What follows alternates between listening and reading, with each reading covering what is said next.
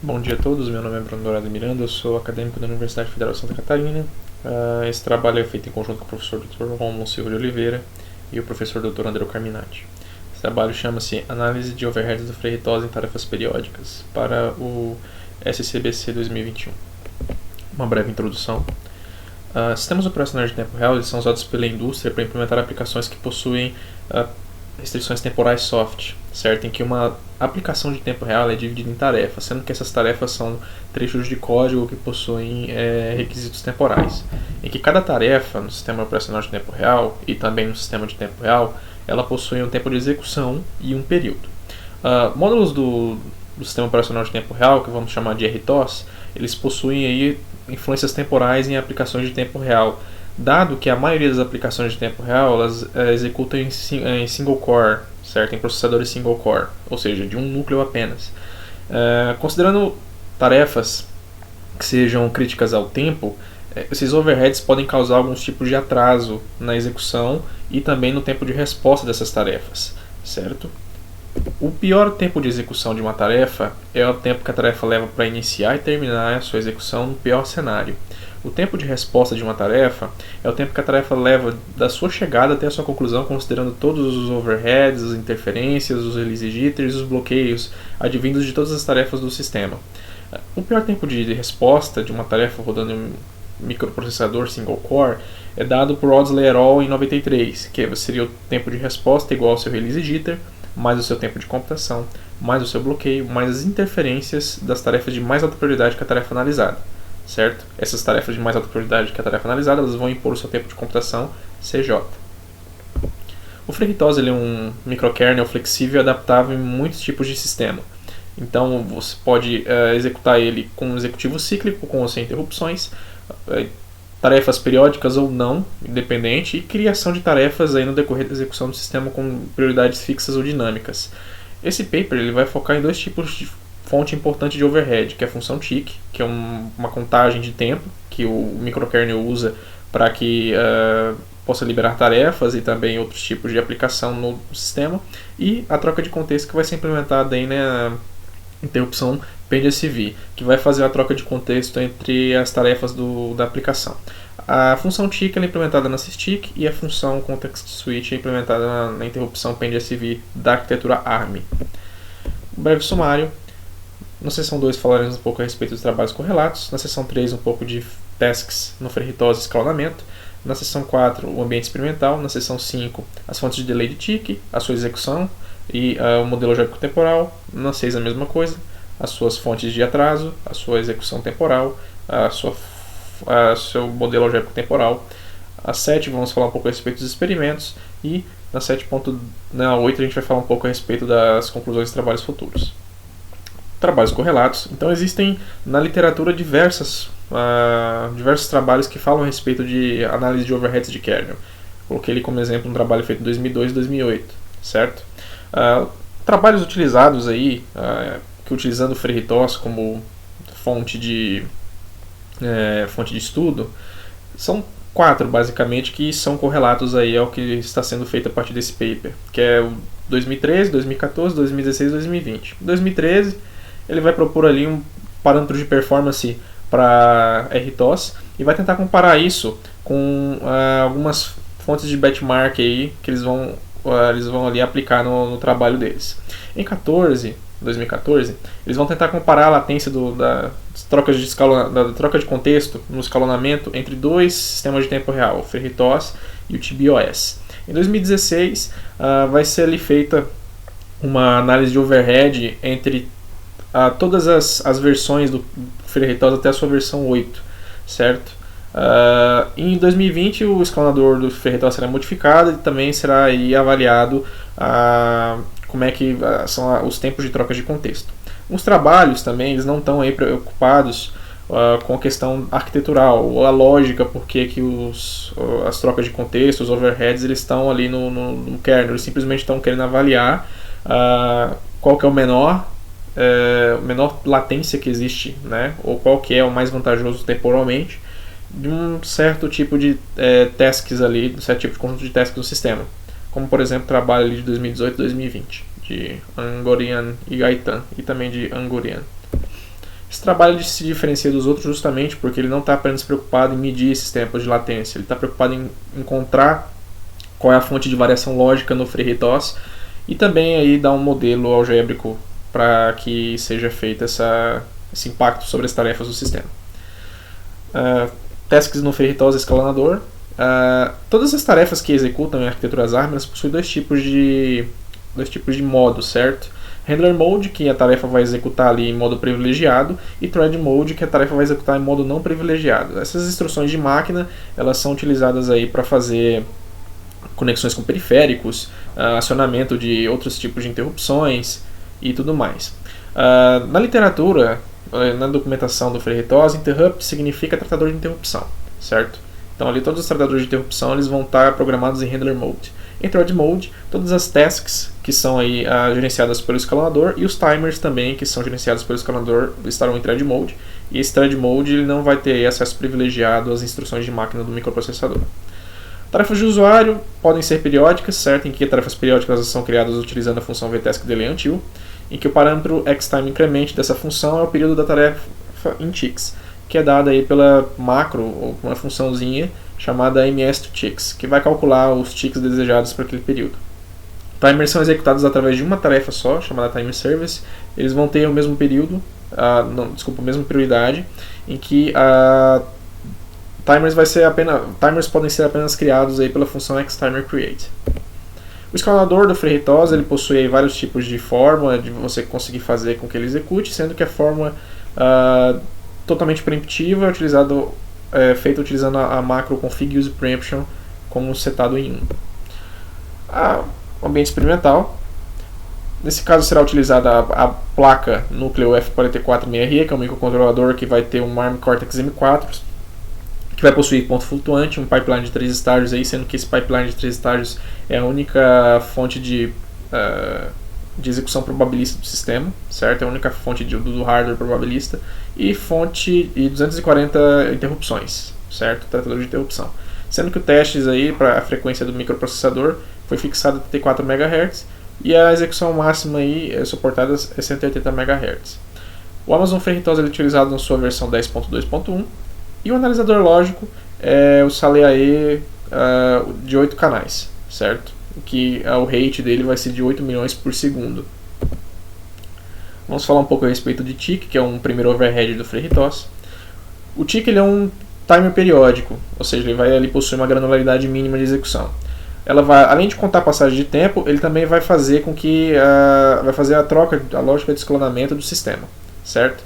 O valor temporal ele vai ser ali armazenado como um inteiro, esse valor temporal dessas passagens de tempo, que vai ser nomeado aí como xTickCount. Quando uma tarefa a ser liberada, ela possui mais alta prioridade que a tarefa que está executando no momento, ele vai ali, vai identificar que existe uma tarefa que precisa ser liberada e vai acionar um registrador chamado PortInvKint Control Register, certo? Em que, no caso, ele vai fazer aí ele vai disparar o tratador de interrupção que vai fazer a troca de contexto. A sua prioridade, no caso, é PortInvK SysTickPre. É esse tipo de macro que vai fazer com que dê a ele a sua prioridade, e o período são essas duas aí que são PortTickPeriod-ms e ConfigTickRate em Hertz. O período default mínimo para essa arquitetura é de 1 milissegundo, utilizado também no paper, e também é implementado na função xTaskIncrementTick. As fontes de delay podem ser release jitter, certo? Por conta de interrupções desabilitadas tanto por outras interrupções quanto por tarefas do sistema, e as interrupções de alta prioridade executando no mesmo instante que TIC vai ser liberada para ser executada. Ela vai ter que aguardar todas as interrupções, os tratadores de interrupção executarem ao mesmo tempo não, uma sequência do outro.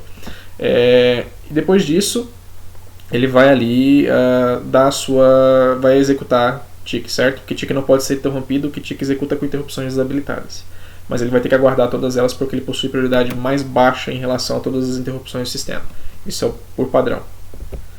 A sua fonte de execução, a sua variação temporal, a variação temporal de TIC é influenciada pelo número de tarefas que são aí gerenciadas pelo kernel, sendo que essa variação ela vai resultar das manipulações das listas de kernel, em que TIC vai remover uma tarefa do seu estado bloqueado quando esse timeout da tarefa expirar ou quando a tarefa necessita aí de ser liberada, certo?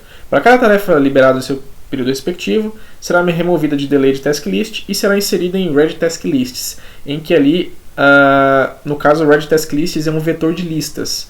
Então, esse vetor de listas vai ser a cada índice desse vetor de listas vai ser a prioridade daquela lista de tarefas que está ali referenciada naquela posição, certo?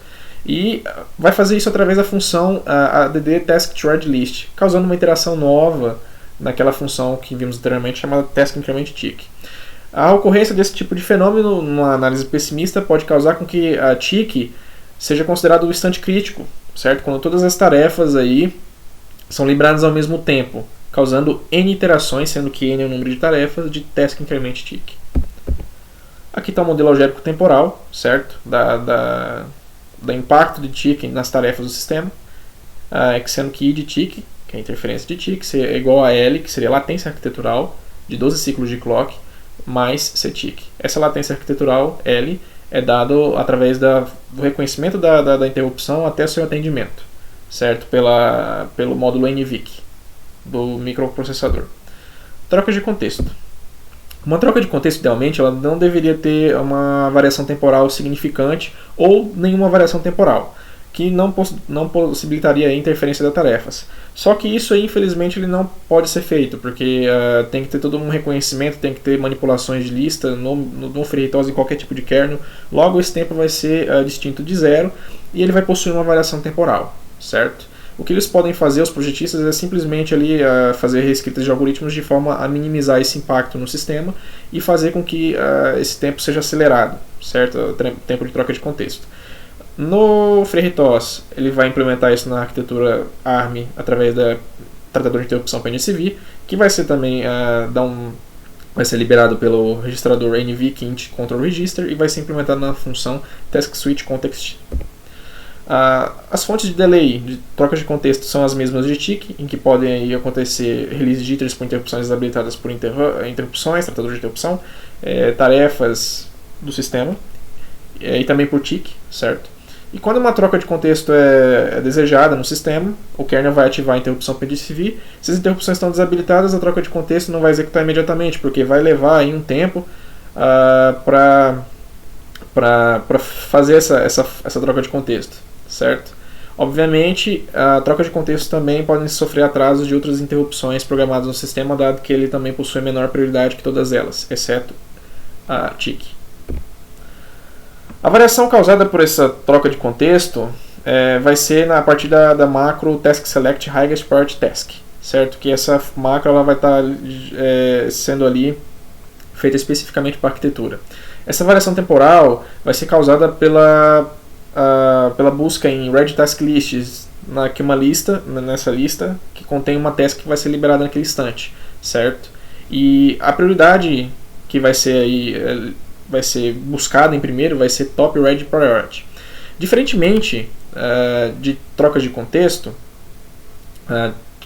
diferentemente de tick, que é relacionado à sua prioridade, troca de contexto aqui, ao seu período, desculpa, troca de contexto é relacionada à sua prioridade, em que a troca de contexto aí obviamente vai armazenar o contexto da tarefa anterior, vai selecionar uma tarefa naquele dado instante de tempo e depois vai carregar esse contexto novo em PX corrente TCB, certo? Sendo que PX corrente TCB é o task control block da tarefa que está ali naquele instante de tempo. Esse aqui é o modelo algébrico temporal de troca de contexto, que ICS mais L mais CCS. Experimentos. Em tick, como a sua prioridade é irrelevante, o que importa para tick, para sua variação temporal, é o período da tarefa, logo a prioridade é igual para todas. O período vai ser distinto, obviamente, sendo que não tem nenhuma correlação com o outro, em que a cada chegada de uma tarefa no sistema, ele vai fazer uma iteração, certo? Essa iteração ela vai ter aí um tempo de 3.7 microsegundos. Só que o pior tempo observado é de 60.75. Esse 60.75 diminuindo aí por a diferença entre o pior caso observado e o pior caso, no caso as iterações, todas elas que seriam 37 microsegundos, certo? 3.7 vezes 10 tarefas, vai dar uma diferença aí de 22.07 microsegundos. Isso ocorre por conta de comparações anteriores feitas a partir desse laço que foi medido, certo? E todas essas comparações anteriores e também erros de medição, eles são aí feitos para... eles são constantes, certo? Como eles são constantes, é possível aí pegar toda essa diferença, que seria 22.07, e dividir entre as 10 pseudotasks, certo? Essa forma garante que uma pseudotask garante que seja conseguido aí uma forma de fazer com que Tiki ele possua o seu pessimismo reduzido, certo? Então Tiki ele vai possuir seu pessimismo reduzido. A vantagem é não considerar, obviamente, 60 microsegundos a cada ativação de Tiki, um Tiki com um tempo de computação fixo e um período fixo. E dividido essa variação temporal em novas pseudotarefas, certo? Essa é a forma também de fazer com que Tiki não seja... É um modelo proposto, certo? Fazer com que Tiki não seja aí sempre considerado como 60 microsegundos nesse caso. Ou em outros casos aí o seu pior tempo observado de computação. Troca de contexto, em que não importa muito o período e sim a sua prioridade. No caso, como eu já falei anteriormente, não é irrelevante para Tiki analisar quais são as prioridades das tarefas. Mas aqui para troca de contexto sim, porque ele vai varrer aquela lista de listas, né, de prompts. Então, no caso, ele vai sempre da maior prioridade para menor prioridade. O pior caso observado é sempre da mais alta prioridade para mais baixa prioridade. No caso da tarefa de mais alta prioridade, que aqui nesse cenário é A, certo? Que é a maior prioridade do sistema, e idle, que é a menor prioridade do sistema. Então ele sempre vai varrer aquela lista, ele varrendo aquela lista, ele vai sempre encontrar a cabeça de lista naquela posição. Não encontrando nada, ele vai para idle, que é a tarefa básica do sistema, e aí ele vai executar essa tarefa idle, certo? Que é o maior caso observado. O melhor caso observado vai ser da tarefa de mais baixa prioridade, fazendo uma troca de contexto para a tarefa de mais alta prioridade, certo? Que é apenas aí de um laço ali na função task select highest priority task, certo? Logo, é possível considerar aí que as trocas de contexto são linkadas à sua prioridade, ou seja, quanto mais distante uma prioridade da outra, mais tempo leva para fazer a troca de contexto. Isso no cenário de alta prioridade para tarefas de baixa prioridade. Quanto aí o melhor caso seria quando uma tarefa de baixa prioridade vai fazer uma troca de contexto para a tarefa de mais alta prioridade do sistema. Aí que no caso será o melhor caso possível para essa análise. Conclusões e trabalhos futuros. Então o overhead de Tiki é causado aí pela variação temporal linkada à prioridade das tarefas periódicas presentes no sistema, certo? Só das tarefas periódicas, porque ele vai lidar ainda com toda a execução do sistema, em que o worst case execution time de Tiki é com a chegada de todas as tarefas ao mesmo tempo, certo? E obviamente esse é um worst case execution time lógico, sendo que o real mesmo seria relacionado à questão de também relacionada ao estado do hardware naquele instante. Troca de contexto vai ter a sua variação temporal linkada à prioridade das tarefas, sendo que o pior caso de execução para uma troca de contexto é a tarefa de mais alta prioridade para a tarefa de mais baixa prioridade. Os experimentos feitos aqui no paper, eles corroboram com as considerações de overhead, sendo que o Tiki apresentado, as medições de Tiki apresentadas na tabela 2 ilustram aí o modelo teórico temporal de Tiki, que é baseado em pseudotarefas e reduz o pessimismo na análise, certo? É possível considerar aquela função, mas como a variação temporal é muito grande e ela é periódica, é possível particionar ela em tasks, em novas tasks, que foram chamadas aí no paper de pseudotasks. Trabalhos futuros, então uma avaliação, uma evolução temporal disso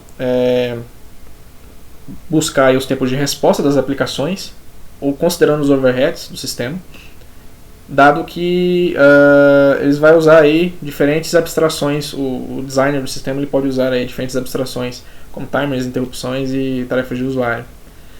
E também, idealmente, gostaríamos aí de equações que pudessem aí caracterizar o comportamento dessas tarefas periódicas no sistema, considerando todos os overheads analisados. Correto? Esse trabalho foi financiado em parte pela Coordenação de Aperfeiçoamento de Pessoal de Nível Superior, a CAPES no Brasil, com código de financiamento 001. Muito obrigado.